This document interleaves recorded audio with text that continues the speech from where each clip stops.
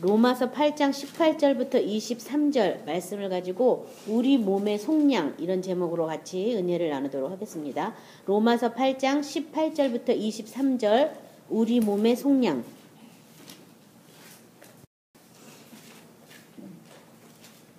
우리 찾으셨으면 천천히 하늘 손으로 합독합니다.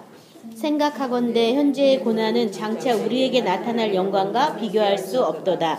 피조물이 고대하는 바는 하나님의 아들들이 나타나는 것이니 피조물이 허무한데 굴복하는 것은 자기 뜻이 아니요 오직 굴복하게 하시는 이로 말미암음이라. 그 바라는 것은 피조물도 썩어짐의 종노릇한 데서 해방되어 하나님의 자녀들의 영광의 자유에 이루는 것이니라. 피조물이 다 이제까지 함께 탄식하며 함께 고통을 겪고 있는 것을 우리가 아느니라. 그뿐 아니라 또한 우리 곧 성령의 처음 익은 열매를 받은 우리까지도 속으로 탄식하여 양자될 것 곧 우리 몸의 속량을 기다리느니라. 아멘.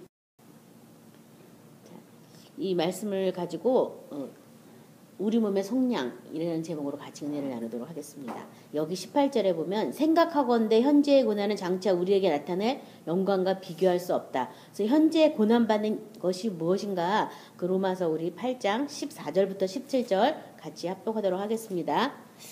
무릇 하나님의 영으로 인도함을 받는 사람은 곧 하나님의 아들이라. 너희는 다시 무서워하는 종의 영을 받지 아니하고 양자의 영을 받았으므로 우리가 아빠 아버지라고 부르짖느니라. 성령이 친히 우리의 영과 더불어 우리가 하나님 자녀인 것을 증언하시나니 자녀이면 또한 상속자 곧 하나님의 상속자요 그리스도와 함께한 상속자니 그와 함께 영광을 받기 위하여 고난도 함께 받아야 할 것이니라. 왜 우리가 현재의 이 고난을 받느냐 하면요. 하나님의 아들, 여기 지금 14절에 하나님의 영으로 인도함을 받는 그 사람이 곧 하나님의 아들이다라고 얘기하면서 우리는 종의 영을 받은 것이 아니라 양자의 영을 받았다라고 얘기하죠. 근데 양자의 영을 받고 믿으면 된다라고 하지 않고 우리가 아빠, 아버지라고 뭐 한다고요? 부르짖는다고. 왜 부르짖을 수밖에 없느냐? 내 영은 하나님의 영이 오셔서 내가 하나님의 자녀가 된 것을 알고 있지만 내 혼과 내 육체까지도 하나님의 자녀로서의 삶을 아직 살지 않고 있기 때문에 늘 우리 영과 우리 혼과 육에 어떤 부딪힘이 있는 거예요. 그래서 우리의 영이 늘 하나님 앞에서 아바 아버지라고 부르짖는 이유가 그 영뿐만 아니라 혼과 육까지도 하나님의 나라가 임하도록 육까지도 하나님의 어떤 자녀의 모습을 우리가 살게 하기 위해서 부르짖는다는 거예요. 그래서 영으로 인도받는다는 얘기가 뭐 내일 일을 감쪽같이 하나님이 미리미리 알려줘가지고 미리미리 예비하고 뭐 이런 게 아니라요. 영으로 인도받는 것은 하나님의 아들이 되도록 인도받는 거예요. 그 인도받는 첫 번째가 어떤 현상이 일어나냐 하면 부르짖는 현상이 일어나는 거예요. 그냥 하나님의 아들로 내가 하나님이 새로 만들어 주셨는데 우리 정말 사랑의 나라로 옮겨 주셔서 사랑하며 사랑을 하고 사랑을 나누도록 사랑으로 왕노릇하라고 나를 불러줘서 나를 그렇게 새롭게 창조해 줬음에도 불구하고 내가 그렇게 못 사는 것 때문에 부르짖는 거야. 이제 내가 하나님의 자녀가 됐다면 부르짖는 게 첫 번째 일어난다는 거죠. 그렇죠? 그래서 뭐 무슨 문제를 해결해 달라, 소원을 빌어 달라, 뭐 이런 부르짖음이 아니라 하나님의 아들로서의 삶을 살기 위한 부르짖음. 그것이 먼저 우리가 영으로 인도받는 첫 번째 일이라는 거예요. 그래서 기도를 하면서 내가 하나님의 자녀로서 살지 않는 그 삶에 대해서 아직 부르짖음이 없다면 하나님의 아들이 아닌 거죠. 그렇죠? 하나님의 영으로 인도받는 그 사람이 하나님의 아들이고 하나님의 아들이면 양자 영을 받았기 때문에 당연히 내가 하나님의 자녀의 삶을 살기 위해서 부르짖고 기도할 수밖에 없다는 거예요. 현실은 그렇지 않기 때문에. 그래서 부르짖는 기도를 하고요. 이렇게 부르짖는 기도를 하다 보면 성령이 친히 우리 영과 더불어 내가 하나님의 자녀인 것을 뭐 한다고요? 증언한다고. 내가 부르짖을 때 누가 증언해줘요? 성령이 와서. 어떻게? 친히. 어떻게 해요? 친히. 믿습니까? 믿으십시오. 아멘입니다. 이걸로 끝난다는 게 아니에요. 친히 와서 내가 하나님 자녀 된 것을 내가 부르짖을 때 성령이 와서 친히 나한테 와서 내가 어떻게 하나님이 자녀가 되었다는 것을 증언해 주신다고. 여기 지금 증언이라는 것은 말씀으로 나를 가르치신다 이 말이죠. 이 증언이라는 건 말씀이잖아요. 그렇죠? 그래서 성령은 진리의 영이시고 하나님의 입으로 나온 모든 말씀으로 나한테 지금 네가 이 말씀에 의해서 너는 이렇게 되었어 라고 말해준다는 거예요. 내가 뭐 할 때요? 부르짖을 때. 어떻게? 친히. 누가? 성령이 친히 이렇게 된다고. 난 내가 하나님의 자녀가 됐음에도 불구하고 내가 하나님의 자녀로서 어떻게 사는지 몰라. 이 사람은 뭘 안 했다는 거예요? 부르짖는 기도를 안 했다는 거예요. 또 성령으로부터 증언을 받기까지 부르짖어야 되는데 그러기까지 부르짖음을 하지 않은 거예요. 또 반대로 말하면 하다 만 거예요. 많은 사람들이 그냥 하나님의 자녀가 되었습니다. 믿습니까? 아멘. 네, 하나님 자녀입니다. 이러고 여전히 마귀 자녀하고 종로로 사는 거예요. 그래서 신앙생활을 해도 자유가 없고 오히려 더 눌리고 더 힘든 거죠. 그렇죠? 그래서 우리는 이렇게 하나님의 성령이 와서 나의 영과 더불어 내가 하나님의 자녀가 된 것을 친히 증언하는 그 증언이 나한테 있어야 돼요. 그래서 우리 아까 권사님이 나눔을 했듯이 내가 부르짖을 때 복종하라 그런 하나님의 말씀이 와서 나에게 지금 남을 뭐 나보다 낫게 여기라든지 뭐 넌 이미 죽었다라든지 뭔가 성령이 와서 나에게 말씀을 딱 증언해 줄 때 내가 나는 이게 낮추는 사람이구나. 나는 겸손한 사람이구나. 나는 누구에게든 복종해야 되는구나. 피차 사랑으로 서로 복종하는 사람이구나. 그런 증언을 받으면 그때부터는 하지 말래도 그게 잘 되는 거예요. 그게 뭐냐면 은혜라고 우리가 말하고 있죠. 이렇게 하나님께서 자녀를 그냥 자녀가 됐다 하는 게 아니라 자녀가 되는 권세를 줬다라고 요한복음 3장 16절에는 영접하는 자에게 자녀가 되는 권세를 주시고 그 권세를 사용해서 우리 영뿐만 아니라 혼과 육까지도 하나님의 자녀로서의 삶을 살게 하는 게 하나님의 구원의 계획이에요. 그래서 이 자녀이면 또한 상속자고 상속받기 위해서 어떻게 하라고요? 고난도 받아야 그 영광도 받을 수 있다라고 이렇게 설명하고 있습니다. 그래서 현재 내가 고난받는 건 당연한 것이다. 내가 하나님의 자녀이기 때문에 지금 자녀 노릇하기 못한 것들에 대해서 사탄이 다 묻고 있기 때문에 내가 하나님의 자녀 노릇을 못하는 거예요. 그래서 그런 부분들을 자꾸 내가 고난이 와야 깨닫고 자꾸 버리고 회개하고 말씀으로 새롭게 하고 하지 그런 일이 하나도 안 일어난다면 무늬만 하나님 자녀 실상은 아니죠.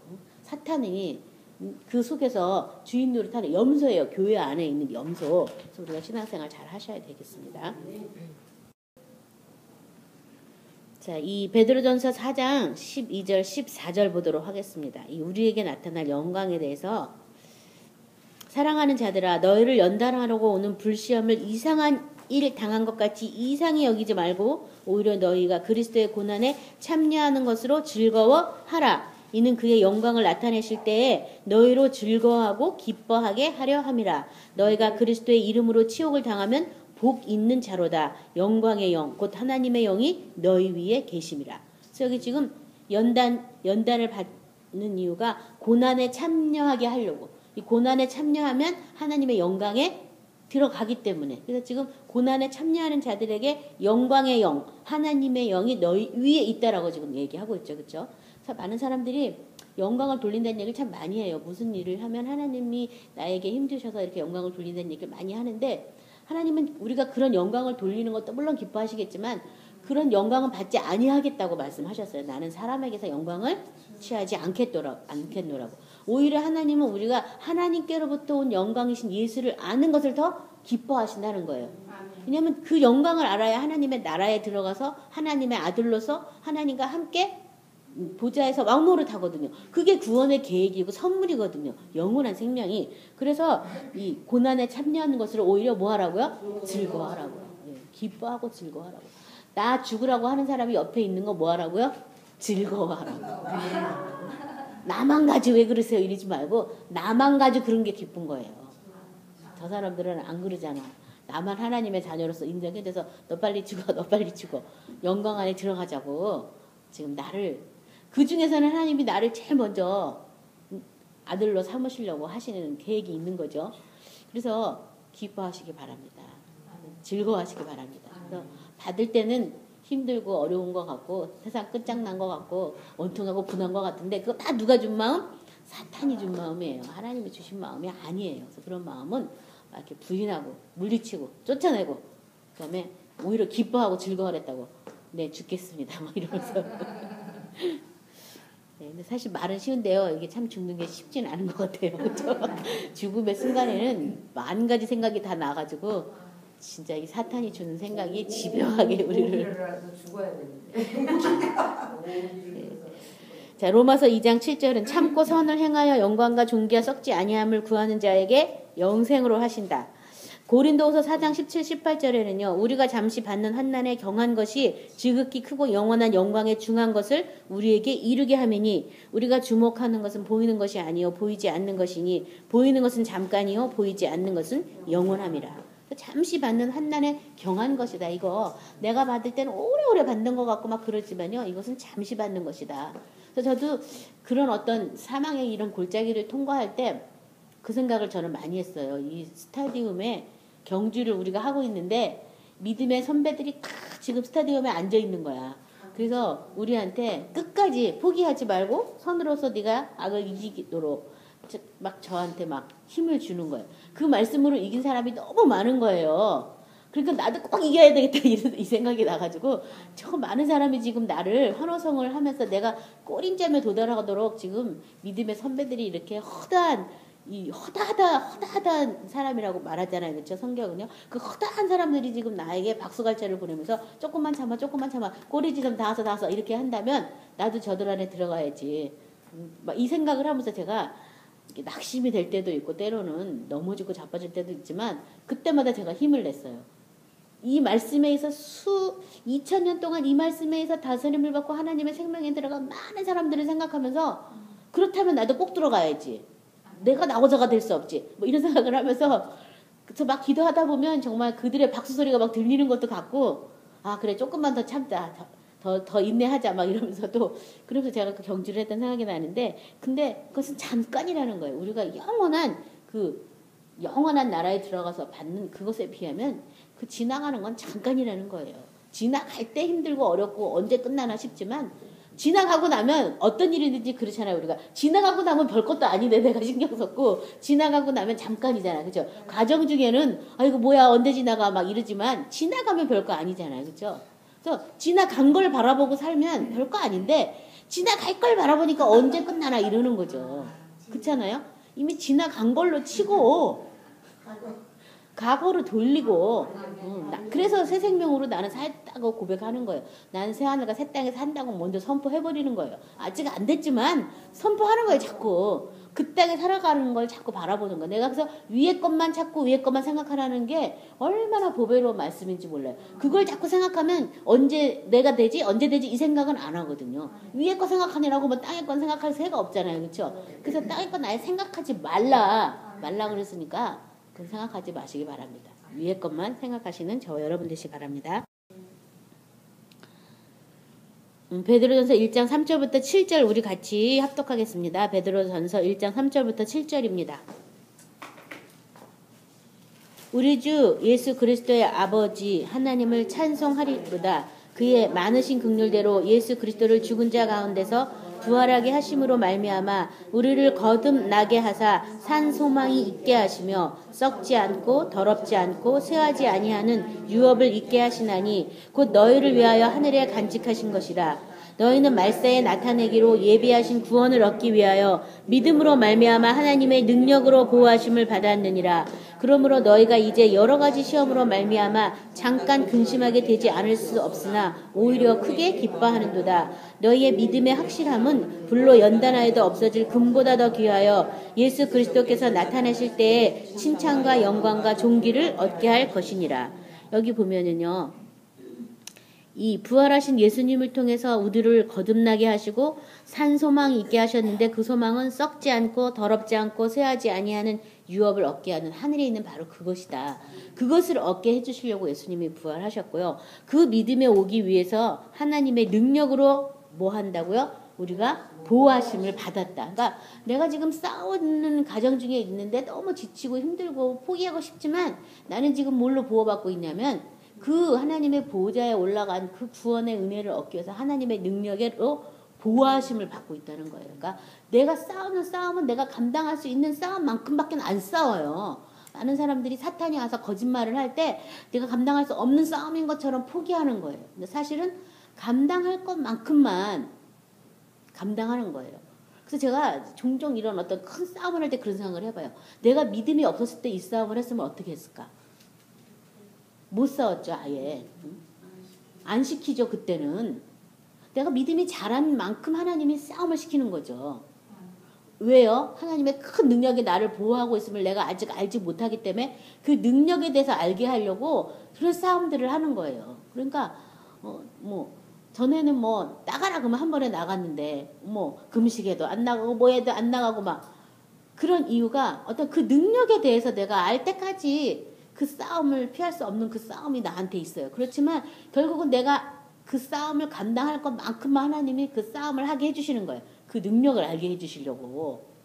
그래서 저도 아니 왜 이럴까? 난 새 생명으로 산다고 하는데 왜 그냥 막 끝나면 안 될까? 그랬었는데요. 그 새 생명으로 살고 나서도 아픈 적도 있었고 뭐 여러 가지 일들이 있었어요. 근데 그래서 제가 깨달은 게 그거예요. 새 생명으로 산다고 해서 내가 보좌 위에 있다고 해서 전혀 이제 눈물이나 애통이나 곡하는 것이나 아픈 것이 전혀 없는 나라에 그냥 사는 게 아니라 그런 일이 계속 와도 그 말씀 가지고 아플 수 없어, 곡할 수 없어, 애통 없어. 그렇게 하면서 기쁨으로 하나님을 섬기는 것을 또 끝까지 내가 말씀을 선포하고 배우면서 그것을 익혀가면서 또 내가 그렇게 사는 것이 교환계시록이지 그냥 내가 새하늘과 새 땅에 딱 들어가는 순간 모든 것이 다 없어져가지고 뭐 애통도 없고 슬픔도 없고 곡하는 것도 없는 일이 막 일어나가지고 그냥 태평성대를 누리는 건 아니더라고요. 왜냐하면 아직 이 세상에 하나님 나라가 완전히 도래하지 않았기 때문에 아직도 이 땅은 어둠의 주관자들이 임금 노릇을 하기 때문에 이 땅에서 내가 왕노릇을 하려면 계속 그런 것들을 말씀 안에서 내가 누리기 위해서 내가 물리치고 뺏고 마음과 생각에 기록된 그 말씀으로 그렇게 되었다라고 선포하고 그런 과정들이 계속 일어나야 되는 것을 제가 알았어요. 그러면서 깨달은 것이 하나님의 큰 능력이 지금 나한테 와 있는데 결국은 내가 그 능력의 근원을 내가 몰라서 나를 새로 창조해줬다는데 그 능력을 내가 모르니까 그 능력을 알아가는 과정이 남아있구나. 그래서 곡하는 일이 생겨도 곡할 수 없고 정말 애통할 일이 생겨도 애통이 없는 거죠. 예수님의 생명 안에서 살기 때문에 이미 예수님이 뭐 다 슬픔을 담당해서 뭐 애통도 할 수도 없겠지만 위에 것만 생각하고 있으니까 이 땅의 것 생각 안 하니까 또 애통도 안 하는 것도 여러 가지 뭐 이유가 있지만 그 능력이 나를 지금 보호하고 있기 때문에 애통할 게 없는 거예요. 하나님의 능력이 나와 함께 하시는데 그래서 우리가 누가복음에서 사도행전으로 넘어갈 때 그 능력이 너한테 임할 때까지 이 성에 유하라. 그 구절이 어떤 말씀인지 전에는 제가 희미했지만 그것에 대해서 이제 알게 된 거예요. 아, 하나님의 성에 내가 들어가서 산다 해도 그 능력을 알기까지는 내가 그 성에 온전히 거해야 되는구나. 내가 하나님의 집 됐다고 해도 내가 하나님의 집을 맡아서 내가 어떻게 해야 되는지 내가 아직 배운 게 없으면 그것을 배우는 과정들이 또 막 일어나야 될 거 아니에요. 그래서 그 능력이 나를 다스리는 걸 결국 내가 아는 거죠. 그 전에 뭐 내 의지가 나를 다스리려고 노력도 해보고 다른 사람의 생각이나 다른 사람의 철학이 나를 다스리려고 막 와서 나를 침몰시킬 때도 있었지만 그것이 아니라 오직 하나님의 능력과 하나님의 권세가 예수님을 통해서 나를 다스리는 것, 그것을 보는 것, 그것이 내가 이 집안에서 사는 내가 알아가야 될 그런 과정이죠. 그래서 여기 지금 능력으로 보호하심을 받았다 이런 성경 구절이 있고요. 7절에 너의 믿음이 확실함은 불로 연단하여도 없어질 금보다 더 귀하다. 너의 믿음이 확실하다. 그 능력을 알 때 믿음이 어떻게 되냐면 확실해진다는 거예요. 확실해. 우리를 새롭게 창조했는데 어떻게 창조했는지 그 능력을 내가 알 때 그 믿음이 내가 확실해지는 거예요. 그래서 알아가는 과정이 또 이제 필요한 거죠. 그렇죠? 19절 20절에 그래서 피조물이 고대하는 바는 하나님의 아들들이 나타나는 것이니 피조물이 허무한데 굴복하는 것은 자기 뜻이 아니요 오직 굴복하게 하시는 이로 말미암음이라.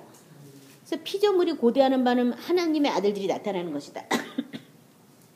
창세기 3장 17절 19절 아담에게 이르시되 내가 내 아내의 말을 듣고 내가 내게 먹지 말라 한 나무 열매를 먹었은즉 땅은 너로 말미암아 저주를 받고 너는 내 평생에 수고하여야 그 소산을 먹으리라. 땅이 내게 가시덤불과 엉겅퀴를 낼 것이라. 내가 먹을 것은 밭의 채소인즉 내가 흙으로 돌아갈 때까지 얼굴에 땀을 흘려야 먹을 것이니 내가 그것에서 취함을 입었으니라. 너는 흙이니 흙으로 돌아갈 것이니라 하시니라. 그래서 이 피조물도 하나님의 아들들이 나타나는 것을 고대하고 있는데요. 이 피조물이 이 허무한 데 굴복하는 것은 굴복해 하시는 이로 말미암음이라. 뭐냐면 땅은 너로 말미암아 저주를 받았다. 아담의 저주로 인해요. 땅까지도 다 저주받아서 피조물도 하나님의 아들들이 나타나는 것을 어떻게 하고 있다고요? 고대하고 있다고.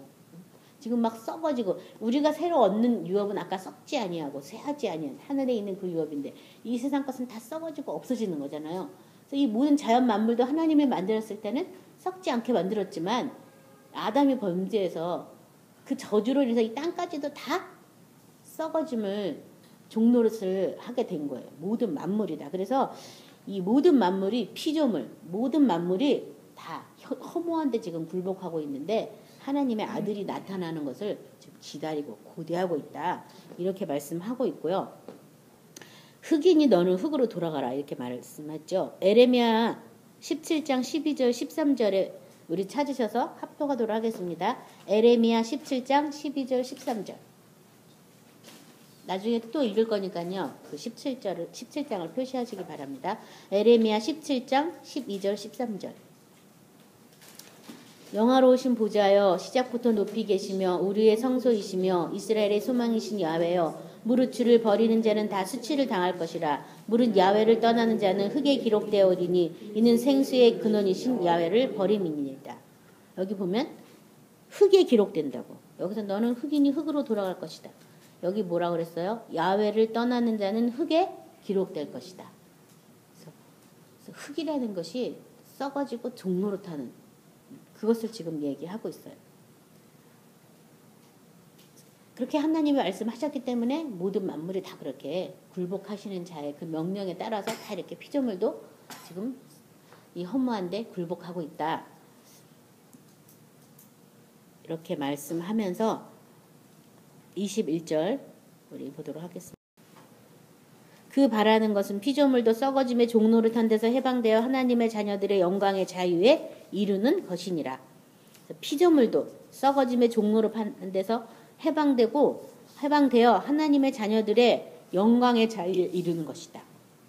아까 하나님의 영으로 인도받는 사람이 하나님의 아들이고 하나님의 아들이라면 아버지라 부르짖고 아버지라 부르짖으면 성령이 와서 친히 하나님의 자녀가 된 것을 증언하고 하나님의 자녀가 된 것이 증언받는 과정은 고난을 통해서 영광을 얻는 거잖아요. 그래서 그 영광의 자유에 이르는 것을 모든 피조물이 지금 다 바라고 있다라고 말하고 있어요. 그러니까 내가 하나님의 영광의 자유에 들어가는 그것에 대해서 나뿐만 아니라 하나님뿐만 아니라 모든 이 세상에 피조된 모든 그것들도 다 기대하고 있다는 거예요. 근데 사람들만 기대 안 하는 거예요. 왜냐하면 하나님을 떠났기 때문에 하나님을 버렸기 때문에 그 말이 정말 슬픈 일이죠. 그렇죠? 예배소서 1장 17, 19절은 제가 읽겠습니다. 이거 많이 했으니까요. 몇 장이요? 예배소서 1장 17, 19 우리 주 예수 그리스도의 하나님 영광의 아버지께서 지혜와 계시의 영을 너희에게 주사 하나님을 알게 하시고 너희의 마음의 눈을 밝히사 그의 부르심의 소망이 무엇이며 성도 안에서 그 기업의 영광의 풍성함이 무엇이며 그의 힘의 위력으로 역사하심을 따라 믿는 우리에게 베푸신 능력이 지극히 크심이 어떠한 것을 너희로 알게 하시기를 구하노라. 여기 보면 그 기업의 영광의 풍성 또 베푸신 능력이 지극히 크심 그 영광은 결국은 하나님의 능력하고 연관이 되어 있어요. 그렇죠? 사도행전 3장 21절에 이런 말씀이 있습니다. 하나님이 영원전부터 거룩한 선지자의 입을 통하여 말씀하신 바 만물을 회복하실 때까지는 하늘이 마땅히 그를 받아두리라. 그래서 모든 만물이 회복돼야 될 때가 있다는 거예요. 그렇죠? 그래서 피조물이 고대하고 탄식하고 바라고 있습니다. 뭐하게요? 하나님의 아들들이 영광의 자유에 이르기를 그렇게 기대하고 바라고 있습니다. 22절 피조물이 다 이제까지 함께 탄식하며 함께 고통을 겪고 있는 것을 우리가 아느니라. 자, 그래서 마가복음 16장 15절은요. 또 이르시되 너희는 온 천하에 다니며 만민에게 복음을 전파하라. 그래서 온 천하에 그러니까 사람에게만 만민에게 복음을 전파하는데 천하에 다니며 온 천하에 다니며 이 사람들이 회복이 돼야 만물도 회복이 되거든요. 그래서 천하에 다니면서 사람만 회복하는 것도 하나님 뜻이 아니라 모든 만물이 다 회복되는 것, 피조물이 다 하나님의 그 창조 질서로 회복되는 게 하나님의 구원인데 사람이 회복돼서 그것을 잘 관리하고 정복하고 다스리려는 그 명령에 순종해서 그 잘 되기 때문에 이렇게 온 천하에 다니면서 만민에게 복음을 전파라고 하셨고요. 에레미야 12장 4절 하고 11절 같이 보도록 하겠습니다. 언제까지 이 땅이 슬퍼하며 온 지방의 채소가 마르리까 짐승과 새들도 멸절하게 되었사오니 이는 이 땅 주민이 악하여 스스로 말하기를 그가 우리 나중 일을 보지 못하리라 함이니이다. 11절에는요. 그들이 이를 황폐하게 하였으므로 그 황무지가 나를 향하여 슬퍼하는도다. 온 땅의 황폐함은 이를 마음에 두는 자가 없음이로다. 땅을 황폐하게 하는 것도 누구냐면 사람이고요. 사람 속에 있는 악이 그 땅을 황폐하게 해요. 그래서 우리가 요새 막 어떤 선교 보고들을 하다 보면 어떤 마을이 복음화되고 그 마을에 저주가 풀리고 그 땅에 저주가 풀리니까 농산물이 막 너무 잘 돼가지고 무가 막 팔뚝만하고 홍당무가 팔뚝만하던가 막 그런 거 우리 선교사님들이 간증하는 거 들으셨잖아요. 그 사람들이 회복돼서 그 잘 정복하고 다스리는 하나님의 명령으로 이 땅을 잘 또 다스리면 이 땅에 있는 저주도 풀려서 농산물이 그렇게 크게 잘 되는 거예요. 그게 사람들이 그걸 모르고 막 농약을 주고 비료를 줘가지고 또 땅을 황폐하게 만들지만 사실은 우리가 하나님의 그 영광의 자유 안에서 이 만물을 정복하고 다스리고 다 이렇게 하면서 이 만물을 잘 이렇게 관리하다 보면 그런 큰 열매들을 맺게 돼 있어요. 땅도 저주받아서 이렇게 가시 엉겅퀴를 내는 거니까 이 땅의 저주는 풀릴지다 이렇게 선포를 할 수가 있는 거예요. 근데 나도 안 풀린 사람이 어떻게 만물에 대해서 선포를 해주겠어, 그렇죠? 그래서 피조물이 풀려지기를 피조물도 모든 피조물이 다 고대하고 기다리고 있다. 근데 이 모든 만물이 다 이렇게 썩어짐에 허무한데 굴복하고 종로를 타고 있는데요. 가장 많이 부패된 게 바로 사람의 마음이라는 거예요. 아까 예레미야서 17장 9절 10절 보도록 하겠습니다. 예레미야서 17장 9절 10절 만물보다 거짓되고 심히 부패한 것이 마음이라 누가 능히 이를 알리오마는 나 여호와는 심장을 살피며 폐부를 시험하고 각각 그 행위와 그 행실로 보응하나니. 여기 보면 만물보다 거짓되고 심히 부패한 것은 뭐라고요? 사람의 마음이라고. 그런데 누가 능히 이를 알리오마네. 모르는 거예요. 사람들이 다 이 사탄이 와가지고 교만으로 한꺼풀 탁 씌워놔가지고 자기 같은 사람 없어. 자기 같은 사람 없어. 자기같이 선한 사람 없고 자기같이 똑똑한 사람 없고 자기같이 사람 없다니까. 그래서 남한테 굴복하는 게 너무 힘든 거예요. 내가 주인 노릇하는 게 편해. 사람이 나한테 막 잘해주고 내가 내 뜻이 맞다고 말해주면 그 사람 그냥 좋은 사람이라니까요. 뭐 선악을 분별할 필요가 없어요. 나 최고라는 사람이 제일 좋은 사람이야. 나를 막 악평하고 미워하는 사람은 그냥 미운 사람이야. 이게 사탄한테 우리가 뭐가 한꺼풀 씌워가지고 속는 거예요. 그래서 다 따지고 보면 하나님의 형상이 다 있고 나보다 좋은 점 다 가지고 있는 면이 있어요. 그 사람한테 나쁜 점도 있겠지만 남한테 없는 훌륭한 점도 무조건 있는데 다 나같지 않으면 다 평가절하해가지고 다른 사람도 나같이 만들려고 그러는 거야. 막 나처럼 똑같이 말해, 똑같이 생각해, 막 사주한다 그러잖아요. 이 사람 마음처럼 부패한 게 없어요. 그래서 이 만물보다 이게 더 부패됐거든요. 그래서 이 마음을 새롭게 하고 변화를 받고 마음부터 고쳐지기 시작하면 모든 것들이 또 다 또 새롭게 되는 일이 일어나죠. 23절 그뿐 아니라 또한 우리 곧 성령의 처음 익은 열매를 받은 우리까지도 속으로 탄식하여 양자될 것 곧 우리 몸의 속량을 기다리느니라. 그러니까 모든 만물도 탄식하고 있고 하나님의 영광의 자유에 들어가는 것들을 바라보고 고대하고 있는데요. 또 성령의 처음 열매를 받은 우리까지도 속으로 탄식하여 양자될 것 곧 우리 몸의 속량이라고 써 있어요. 양자된다. 내가 양자영을 받았다. 내가 진짜 하나님의 양자가 되는 것을 뭐라고 여기 써 있냐면 곧 우리 몸의 속량을 기다리느니라. 몸이 속량될 때 실제 내가 하나님의 아들로서 이제 삶을 온전히 살 수 있는 거죠. 그렇죠? 그래서 우리가 예수의 피밖에 없다고 말하는 게 그 피가 그 가격을 지불했거든요. 그래서 이 크고 작은 싸움들을 계속 할 수밖에 없는 이유가 그 피의 능력을 알게 하려고. 그 피로서 내가 어떻게 값주고 사심받아서 그 피값이 나에게 어떠한 능력으로 보호하심을 받게 하는지를 알게 하려고 그런 싸움들을 우리가 하고 예수의 피밖에는 그것을 능히 일이 없는 거예요. 예수님 피가 다 죄를 속해였기 때문에. 그래서 이 몸의 속량은 피가 중요해요. 그래서 피를 마시는 것 굉장히 중요해요.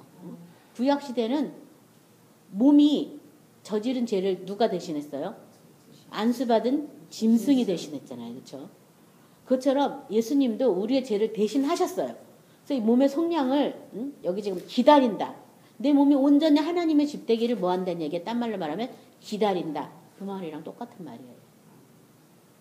기다리는데 그 속죄의 피값으로 내가 계속 내 몸이 깨끗하게 되고 정결해. 그 피의 능력을 모른다면, 그 속량의 값을 모른다면 믿음이 헛된 거예요. 하나님 앞에 헛되이 믿게 돼요. 그래서 많은 사람들이 그 피의 값을 지불 되었음에도 불구하고 아직 그걸 안 믿기 때문에 청구를 안 하는 거죠. 자꾸 사탄이 와서 거짓말 할 때마다 이는 이미 예수님이 지불했어. 넌 나한테 손댈 수 없어. 이거 막 물리쳐야 되는데 당연한 거야. 우리 조상 때부터 이런 연약함 속에 늘 묶여 살았어. 뭐 이러면서 자꾸 사람들이 이렇게 속고 있는데 속으시면 안 되겠습니다. 고린도 후서 5장 4절부터 7절 말씀도 그냥 들으세요. 참으로 이 장막에 있는 우리가 짐진 것 같이 탄식하는 것은 벗고자 함이 아니요 오히려 덧 입고자 함이니 죽을 것이 생명의 삼킨 바 되게 하려 함이라. 곧 이것을 우리에게 이루게 하시고 보증으로 성령을 우리에게 주신 이는 하나님이시니라. 그러므로 우리가 항상 담대하며 몸으로 있을 때에 주와 따로 있는 줄 아노니 이는 우리가 믿음으로 행하고 보는 것으로 행하지 아니함이로라. 그래서 우리가 벗고자 함이 아니고 오히려 뭐예요? 덧입고자 함이라. 뭘 덧입는 거냐면 생명을 덧입는 거예요. 그렇죠? 죽을 것이 생명에게 삼킨 바 되게 하려 함이라. 죽을 것이 생명에게 삼킨 바 되게 하려 함이라. 그러니까 영원한 생명을 내가 자꾸 덧입는 거죠. 죽었다고 하고 자꾸 생명을 더 받는 거예요. 그래서 이게 지금 생명으로 덧입는 것이라고 얘기하고 있는 거예요. 내가 죽었다고 선포하고 가만히 있으면 죽은 거지 별거 아니에요. 죽은 것은 생명을 덧입기 위해서 내가 죽는 거예요. 그러니까 죽었다고 고백하고 그 다음에 뭐가 있어야 돼요. 생명으로 덧입는 게 있어야 돼요. 그래서 말씀으로 이렇게 거기를 이렇게 말씀이 바로 생명이니까요. 그렇죠? 나 죽었어. 그러고서 그냥 반응 안 보이면 이긴 것 같지만 생명으로 체험을 받지 못해서 또 그런 일이 또 일어나고 자꾸 일어나요. 그래서 죽은 게 다가 아니라 생명으로 덧입는 게 죽은 다음에 또 할 일이에요. 그래서 위의 것을 찾고 위의 것을 자꾸 생각하라고 덧입기 위해서. 예배소서 4장 21, 24절은 진리가 예수 안에 있는 것 같이 너희가 참으로 그에게 듣고 또한 그 안에서 가르침을 받았을진데 너희는 유혹의 욕심을 따라 썩어져가는 구습을 따르는 옛사람을 벗어버리고 오직 너희 심령이 새롭게 되어 하나님을 따라 의와 진리의 거룩함을 지으심을 받은 새 사람을 입으라. 그래서 여기서 벗어버리고 옛사람을 벗어버리고 새 사람을 입으라. 그 중간에 뭐가 있냐면 심령으로 새롭게 되어. 누구한테 우리가 가르침을 받았어요? 예수님한테. 진리가 예수 안에 있는 것 같이 너희가 참으로 그에게 듣고 또한 그 안에서 가르침을 받았을 때 예수님한테 가르침을 받으라는 거예요. 예수님한테. 직접 와서 나한테 성령이 와서 예수님 앞으로 나를 데려가요. 예수님께 내가 가르침을 받으라는 거예요. 그래서 뭐 이 목사님한테도 가르침을 받을 수도 있고 누구한테 가르침을 받을 수도 있지만 그것을 나한테 직접 증언해 주시는 분이 성령님이시거든요. 내가 증언 받을 때 내가 참으로 그때 깨닫게 돼요. 내가 참으로 깨닫는 그날부터 내 믿음이 그때부터 자라는 거예요. 이건 들어놓는 거예요. 설교 시간에. 또 저와 같이 이렇게 은혜 말씀을 나눌 때도 들어놓는 거예요. 이 들은 게 내 게 아니에요. 이 들은 걸 가지고 내가 막 주장해서 성령을 통해서 막 부르짖을 때 성령이 와서 나한테 그 말씀을 딱 증언해 줄 때 그때 내가 아 이거구나. 알게 되면 그때부터 잘하는 거예요. 그것을 여러분이 잘 아셔야 되겠어요. 심령이 새롭게 되고 그 다음에 새 사람을 입으라. 야고보서 1장 18절은 그가 그 피조물 중에 우리로 한 천열매가 되게 하시려고 자기의 뜻을 따라 진리의 말씀으로 우리를 낳으셨느니라. 그래서 말씀으로 나는 거듭났다. 말씀으로 태어났다. 뭔가 누군가 나한테 가르친다면 뭘로 가르쳐야 돼요? 말씀으로 가르치는 거. 말씀. 예수님도 나에게 예수님 말씀으로 나에게 말씀하여 주옵소서. 여러분이 이렇게 기도하셔야지 돼요. 그냥 예수님 말씀하여 주옵소서. 막 이러면 들었어도 생각도 안 나 또. 내가 너를 사랑한다. 두려워하지 마라. 뭐 이랬어도 그 시간엔 좋은데 기도 끝나고 나면 그때 나한테 뭐라 그랬는데 이러고 잊어버려요. 차라리 말씀을 달라고 이렇게 기도를 하세요. 주님이 주신 말씀이지. 그리고 그 말씀을 생각할 때마다 주님이 그 말씀을 했을 때 했던 그 어떤 주님의 그 감정도 내가 또 그 말씀과 함께 살아나요. 그래서 말씀을 나한테 달라고 기도하시고 말씀으로 거듭났다는 걸 믿으시기 바랍니다. 로마서 7장 24, 25절에 오라 나는 공고한 사람이로다. 이 사망의 몸에서 누가 나를 건져내라. 우리 주 예수 그리스도로 말미암아 하나님께 감사하리로다. 그런즉 내 자신이 마음으로는 하나님의 법을 육신으로는 죄의 법을 섬기노라. 그래서 육체까지도 죄의 법을 섬기지만 육체까지도 이제 죽었다라고 선포하면서 자꾸 새 생명을 입는 거죠. 육체까지도. 이사야 25장 7절부터 9절 같이 합독하겠습니다. 이사야 25장 7절부터 9절입니다.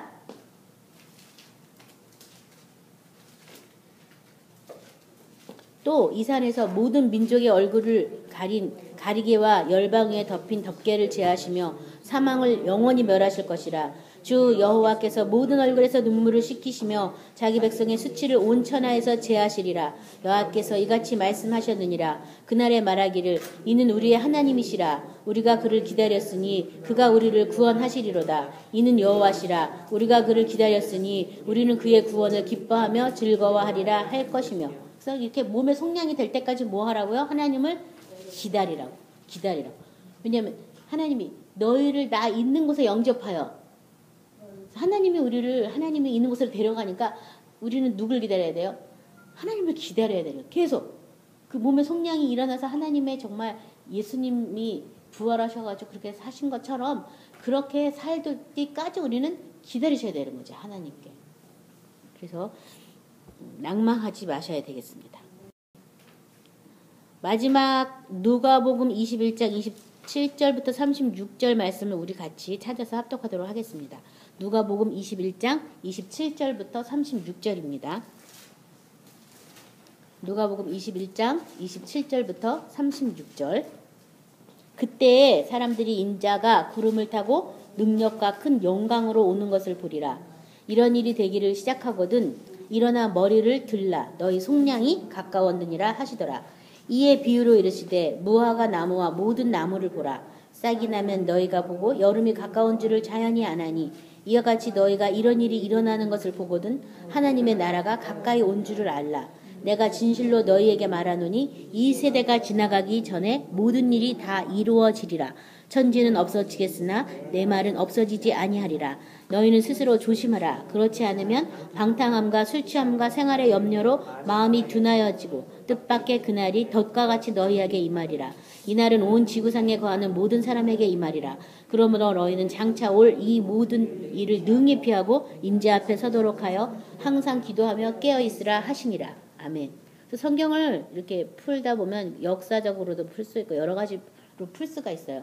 이 27절 2절에는 예루살렘에 있는 거민들한테 그날에 뭐 아이벤자가 화가 있고 뭐 이런 얘기가 막 나오면서 27절이 나오고 있는데요. 우리가 오늘 여기서 이 누가복음을 볼 것들은 우리의 속량이 가까워졌다라고 얘기하는데 어떻게 되면 속량이 가까워졌다고 되어 있어요. 이게 사람들이 인자가 구름을 타고 능력과 큰 영광으로 오는 것을 보리라. 정말 주님이 그렇게 재림해서 오실 그날에도 그렇게 되겠지만 예수님이 성령의 어떤 성령을 통하여 능력과 영광으로 내게 임하는 그때 내 속량이 이루어지는 거예요. 왜 이 말을 제가 하냐면요. 그 마지막 날에만 이게 이루어지는 것이 아니라 여기 32절에 보면요. 내가 진실로 너희에게 말하노니 이 세대가 지나가기 전에 모든 일이 다 이루어지리라. 이 구절이 있거든요. 그래서 마지막에 예언의 말씀으로만 주신 것이 아니라 지금 이 세대, 이 한 세대를 30년으로 보잖아요. 그렇죠? 이 한 세대, 이 세대가 지나가기 전에 지금 내가 생명이 있는 동안에 내가 예수님을 나 영광의 주님으로 예수님의 어떤 능력과 그 권세를 내가 오는 걸 내가 본다면 그것이 어떠한 능력과 어떠한 권세가 있는지 내가 알게 된다면 그렇다면 너의 속량이 가까워졌다라고 얘기하고 있는 거예요. 그렇다면 하나님의 나라가 이제 너희 가까이 온 줄 알라. 그러니까 그 능력을 알고 그 권세를 아는 것이 키포인트죠. 그렇죠?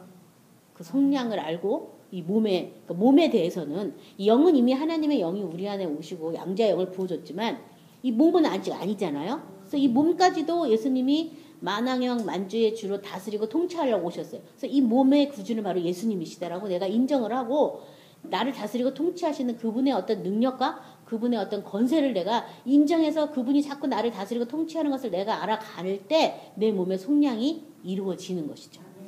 하나님의 나라가 내 육체까지도 임하였다는 것을 이제 가까워졌다라고 이렇게 표현하고 있는 거예요.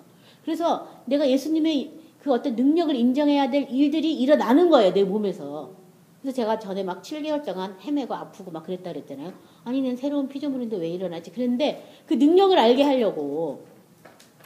그래서 계속 그래서 제가 7개월을 막 싸움을 하면서 처음에는 막 새로운 피조물이 됐다 선포하니까 막 되는 거 같다가 또 안 되고 막 그래서 나중에는 별걸 다 가지고 기도를 해도 막 됐다 안 됐다 막 하다가 결국에는 제가 그 능력에 대해서 알게 된 거예요. 그래서 그 혈우병 여인이 옷만 만져도 그 능력이 흘러나가서 병이 났다는데 아니 나는 예수님의 영이 내 안에 완전히 와 계시고 내가 하나님이 집이라고 믿는데 그 옷만 잡아도 능력이 오는데 나한테는 그 능력에 대해서 내가 너무 모르는구나. 그때 제가 깨달은 거예요. 그래서 그 능력을 알게 해달라고 막 그때부터 그게 한 거의 4달이 지나간 다음이었어요. 그래서 이제 그 능력을 알게 해달라고 또 막 계속 기도를 하다 보니까 내가 정말 주님의 능력으로 살질 않았구나.